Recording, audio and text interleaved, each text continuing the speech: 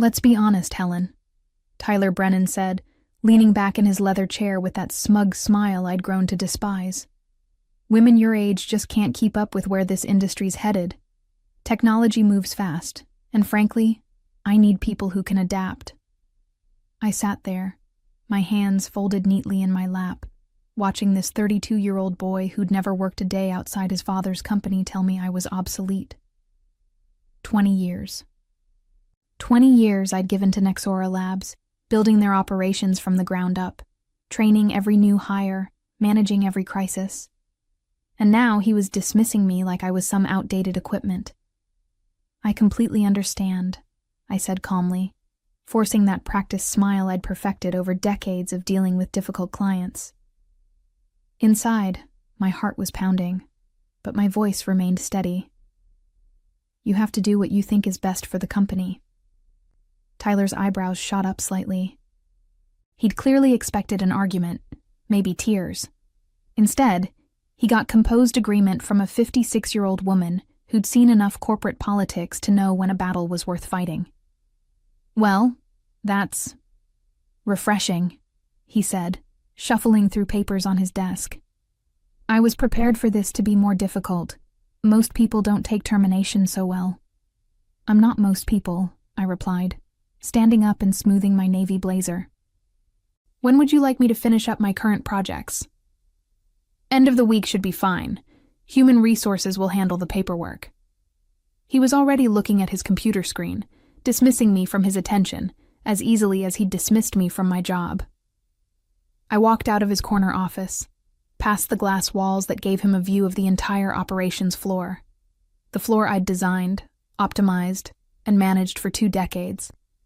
The irony wasn't lost on me that he was firing the person who'd created the very systems that made his family's company profitable. My name is Helen McRae, and until 5 minutes ago, I was the operations director at Nexora Labs, a tech distribution company here in Indianapolis. I'd started as a logistics coordinator when the company was just 12 employees cramped into a rented warehouse. Now we employed over 200 people and moved millions of dollars worth of equipment every month. I'd built the shipping protocols, designed the inventory management system, and personally trained most of the department heads. But Tyler didn't see any of that. He saw a middle-aged woman who didn't fit his vision of a modern, dynamic company. What he didn't know was that his smart business decision was about to become his worst nightmare. I'd seen this coming for months. Ever since Robert Brennan started handing more responsibility to his son, Tyler had been making changes, most of them poorly thought out.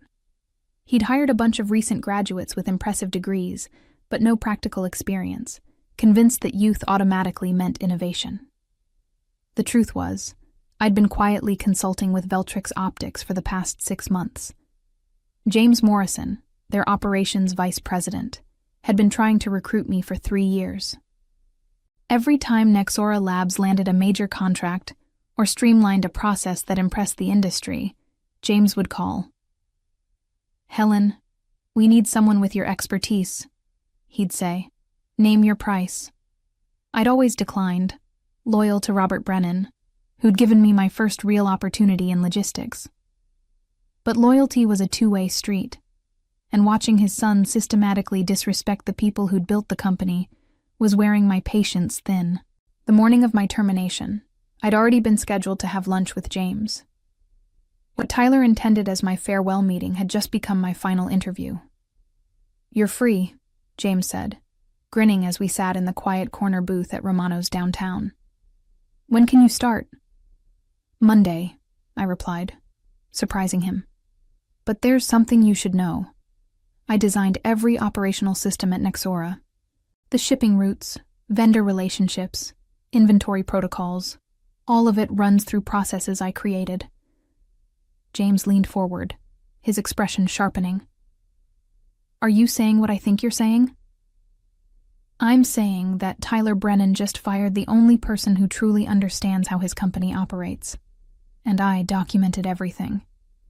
I pulled out a thick folder from my briefcase. 20 years of process improvements, vendor contacts, and system specifications. All completely legal since I developed them, and there's no non-compete clause in my termination package. The irony was beautiful. Tyler had been so eager to get rid of me that he'd rushed through the paperwork. No retention bonus, no consulting agreement, no restrictions on where I could work. Just a standard severance package and a quick exit. "We've been trying to crack into Nexora's client base for years," James said, flipping through my documentation. "These shipping routes alone would save us millions in logistics costs. Their 3 biggest clients all have contracts coming up for renewal in the next 60 days, I mentioned casually, and I happen to know exactly what terms they've been discussing. James signaled the waiter for champagne. "Helen, I think this is going to be a very profitable partnership." I smiled, thinking about Tyler's smug expression just a few hours earlier. He had no idea what was coming. The rest of that week at Nexora was almost amusing. Tyler walked around the office with an air of self-satisfaction, clearly pleased with his difficult decision. He'd called an all-hands meeting Tuesday morning to announce organizational changes. "As we move forward in an increasingly competitive market," he announced to the assembled staff, "we need leadership that can adapt to technological advances and industry evolution. That's why we've made some strategic personnel changes." I watched from the back of the conference room as confused glances were exchanged. Most of these people had worked with me for years. They knew exactly what strategic personnel changes meant. "Helen McRae has decided to pursue other opportunities," Tyler continued, not even having the decency to acknowledge my presence. "We wish her well in her future endeavors." After the meeting, a steady stream of employees stopped by my office. Janine, my assistant operations manager, was the first. "This is insane," she whispered, closing my door. "Half our vendor contracts are in your name.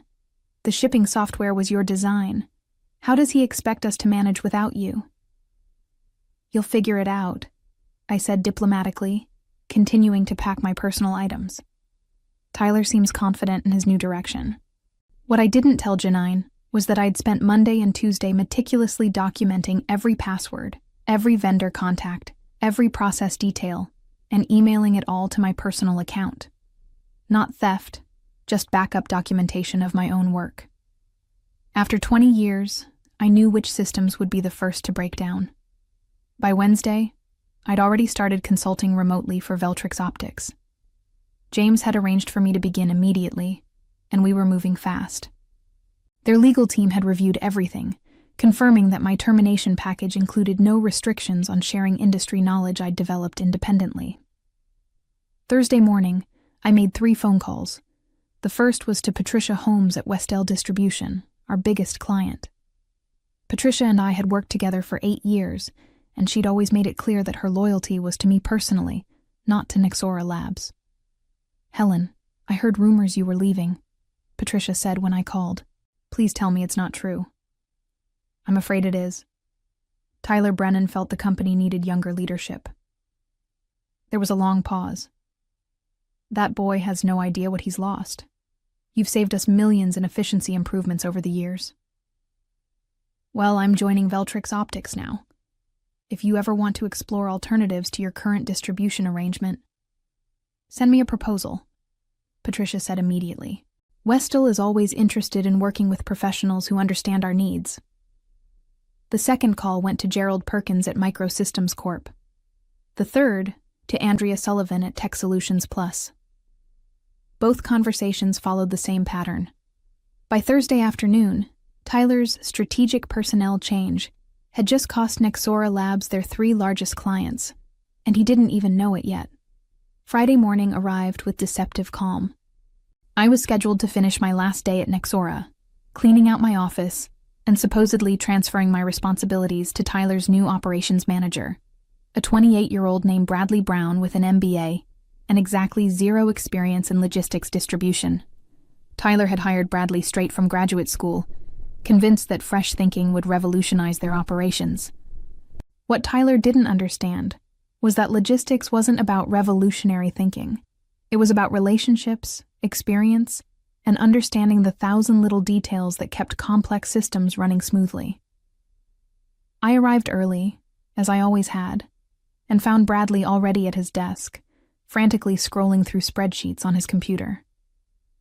"Good morning, Bradley," I said pleasantly. "How are you settling in?" He looked up, stress evident in his eyes. "Helen, thank goodness you're here. I've been trying to understand the shipping protocols, but nothing makes sense.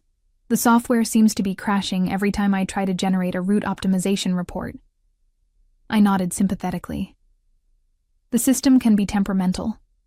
Did you update the vendor portal passwords? They reset automatically every 90 days.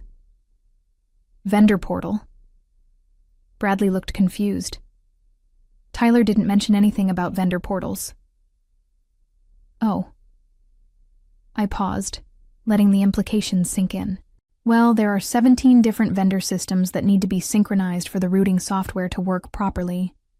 Each has its own access credentials and update schedule. Bradley's face went pale.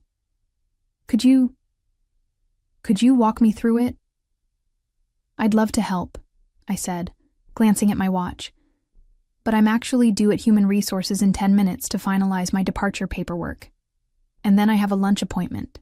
The truth was, my lunch was with Patricia Holmes from Westell Distribution, officially signing the contract that would transfer their account to Veltrix Optics. But Bradley didn't need to know that.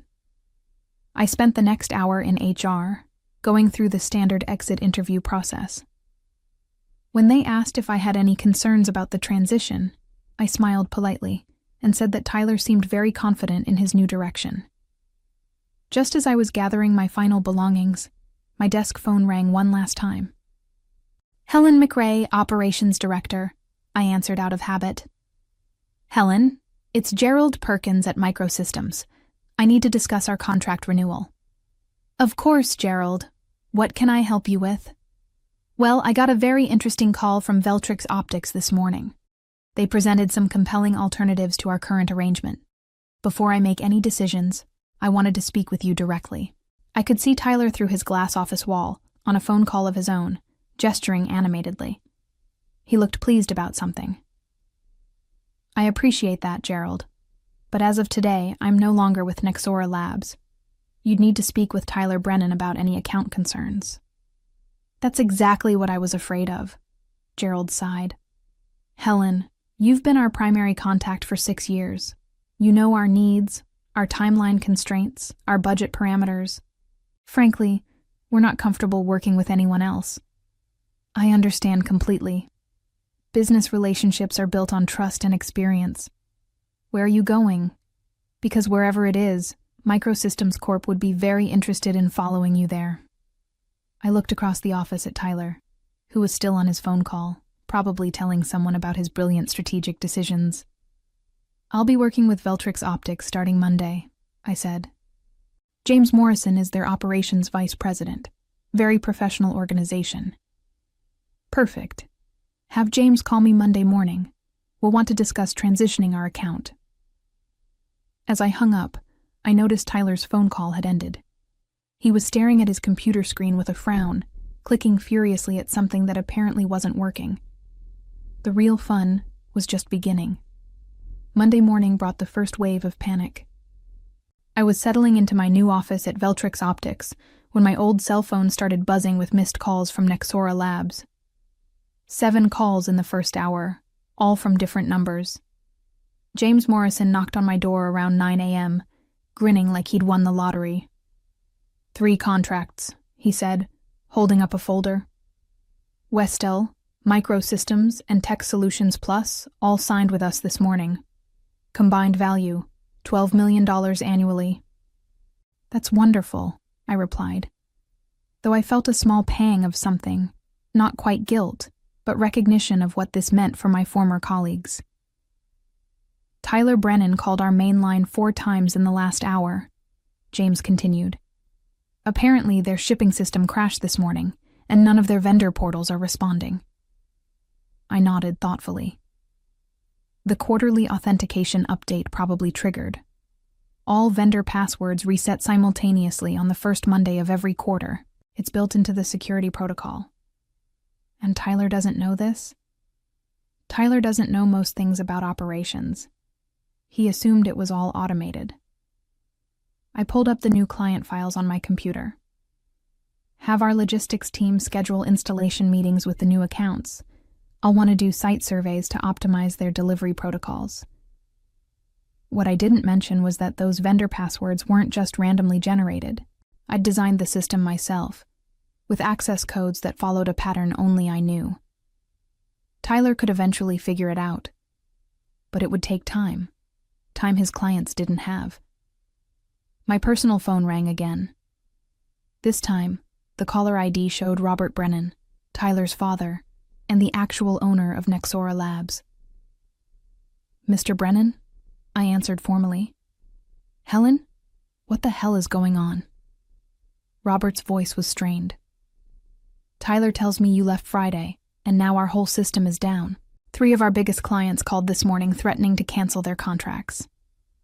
I'm sorry to hear you're having difficulties, Mr. Brennan. Don't give me the corporate response, Helen. We've known each other for 20 years. Tyler said you left to pursue other opportunities, but this timing can't be coincidental. I chose my words carefully. Tyler felt that the company needed younger leadership, someone who could better adapt to technological advances. I respected his decision. There was a long pause. Tyler made this decision without consulting me. I assumed he had your approval. He didn't. Robert's voice turned cold. Helen, I need you to come back. Whatever Tyler offered you elsewhere, I'll double it. I appreciate the offer, Mr. Brennan, but I've already committed to Veltrix Optics. My employment contract began this morning. Then at least help us transition. Consult for us temporarily. Help Bradley understand the systems. I looked out my new office window at the bustling Veltrix warehouse floor. I'd be happy to discuss consulting arrangements. My standard rate is $500 per hour, with a minimum 40-hour weekly commitment. Robert was quiet for a moment, probably doing the math. $20,000 per week to fix problems that wouldn't exist if his son hadn't fired me. We'll pay it, he said finally. I'll need the consulting agreement in writing, along with Tyler's written acknowledgement that my expertise is required. And Mr. Brennan, I'll also need a formal apology from Tyler for his comments about women my age being unable to keep up with technology. Another pause. I'll talk to Tyler. Take your time, I said pleasantly. Though I should mention that your vendor authentication lockout resets every 7 days.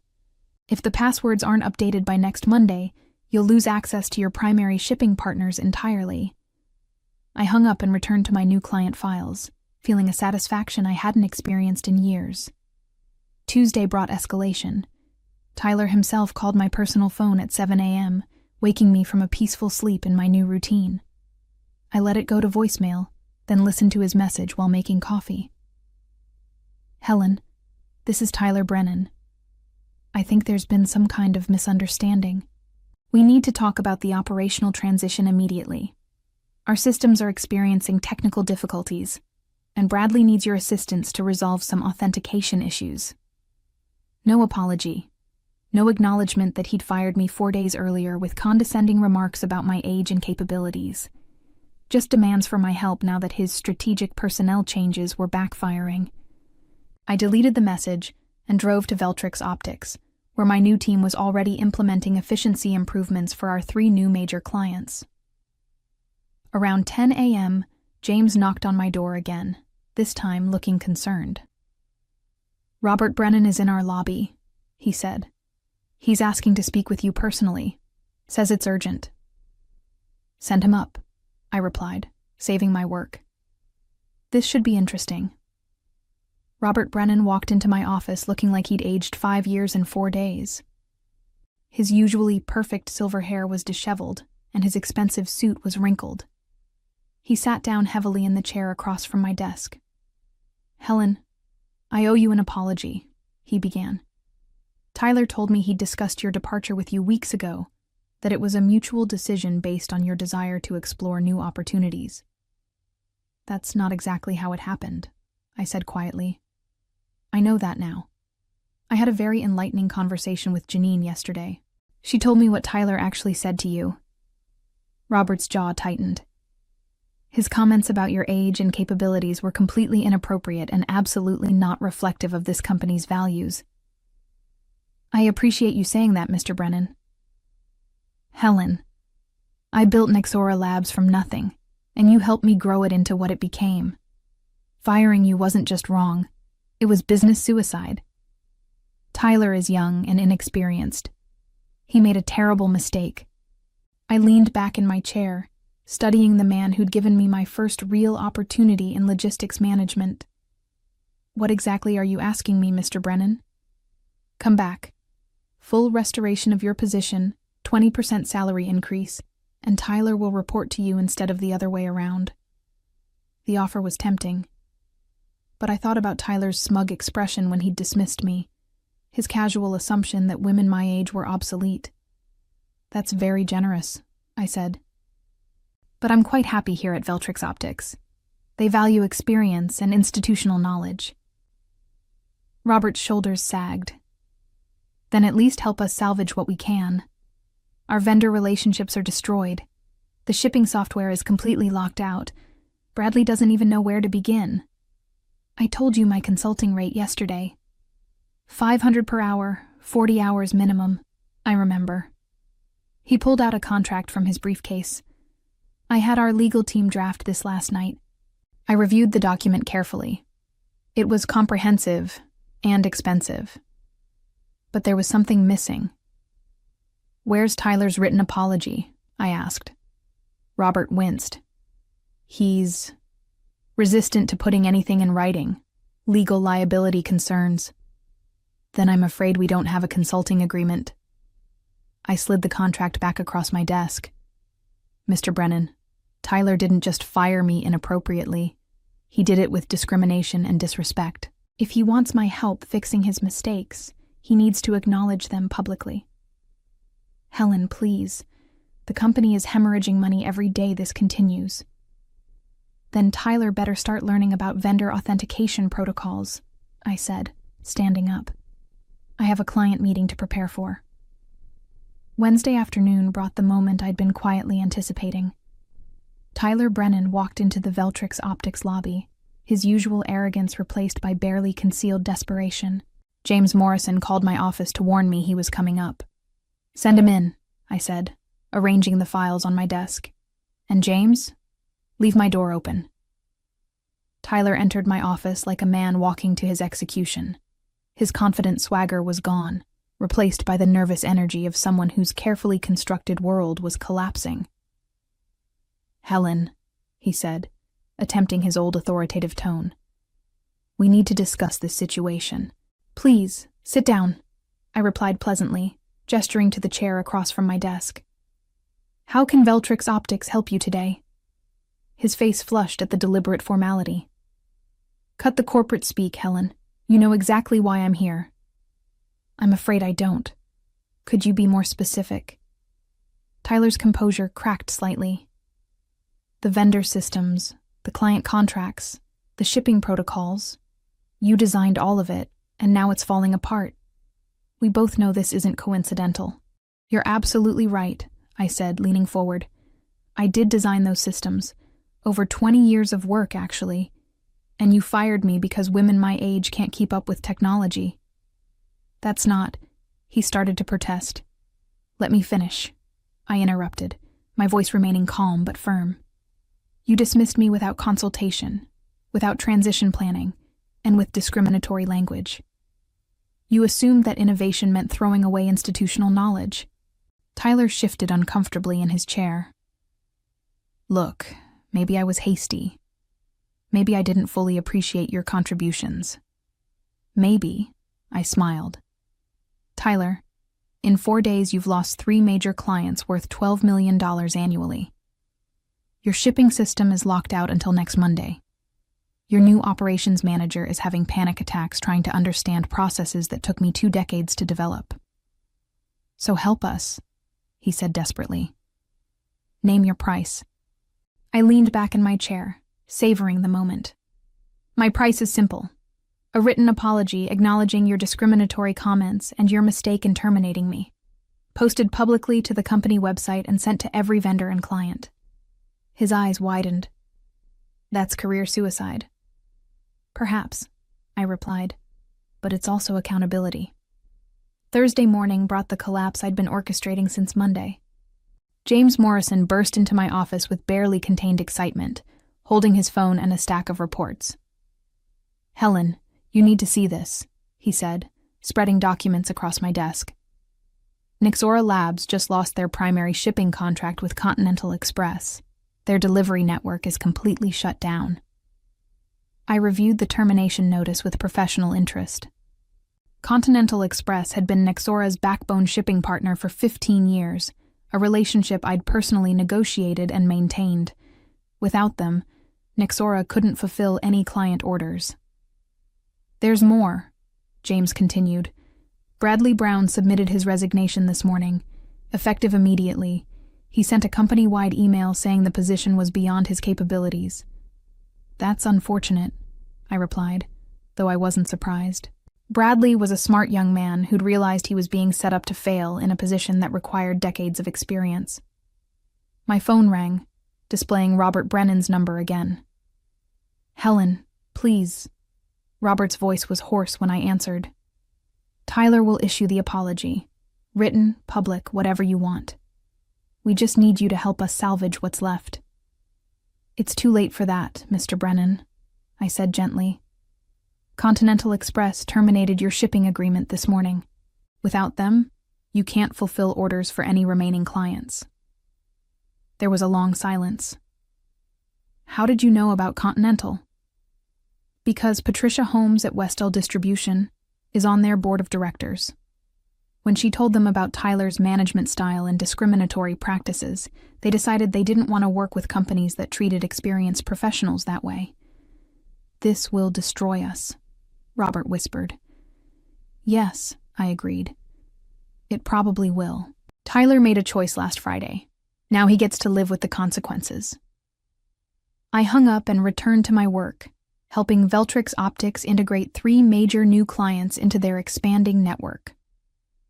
Outside my office window, I could see delivery trucks bearing our company logo, efficiently executing the improved protocols I'd designed.